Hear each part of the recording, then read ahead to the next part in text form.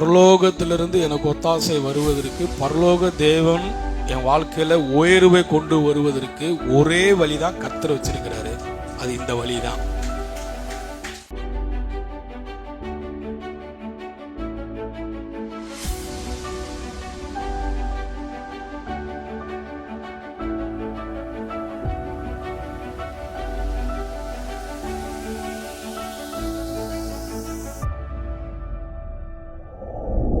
நம்ம எப்போதும் நம்ம வாழ்க்கையில் பார்த்தீங்கன்னா ஒரு டெம்பரேச்சர் போல தான் நம்ம ஏறும் இறங்கும். நம்ம வாழ்க்கையில் பார்த்துருக்கீங்களா? நீங்கள் வாழ்க்கையில் திடீர்னு நல்லா வருவோம், திடீர்னு கீழே போயிடுவோம்.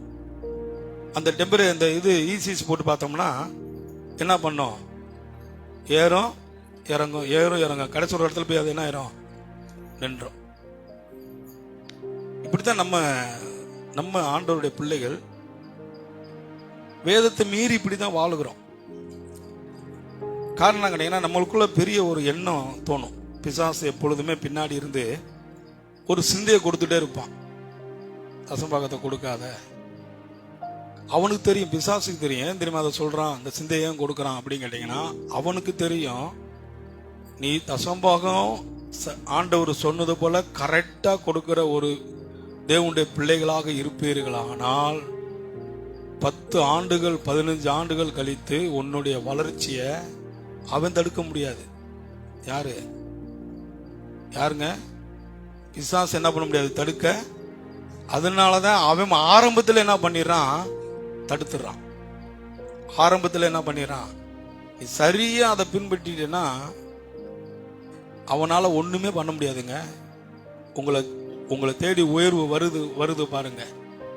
அறியாத இடத்துல இருந்து உங்களுக்கு ஒத்தாசை வருது பாருங்க.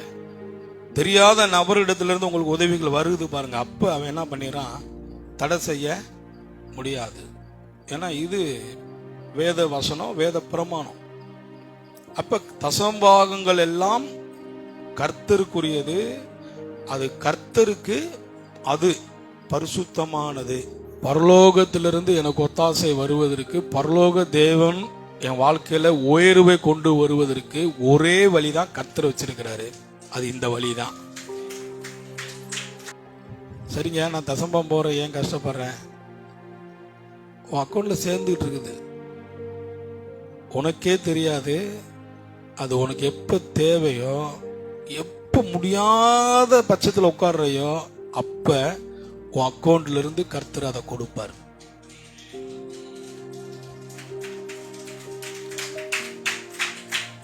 அல்லேலூயா. அதனாலதான் அவன் செய்வதெல்லாம் உற்சாகமாய் மனப்பூர்வமாய் கொடுக்கிறவன் செய்வதெல்லாம் வாய்க்கும். அவன் செய்வதை எதை செய்தாலும் அதை கர்த்தர் வாய்க்க பண்ணுவார்.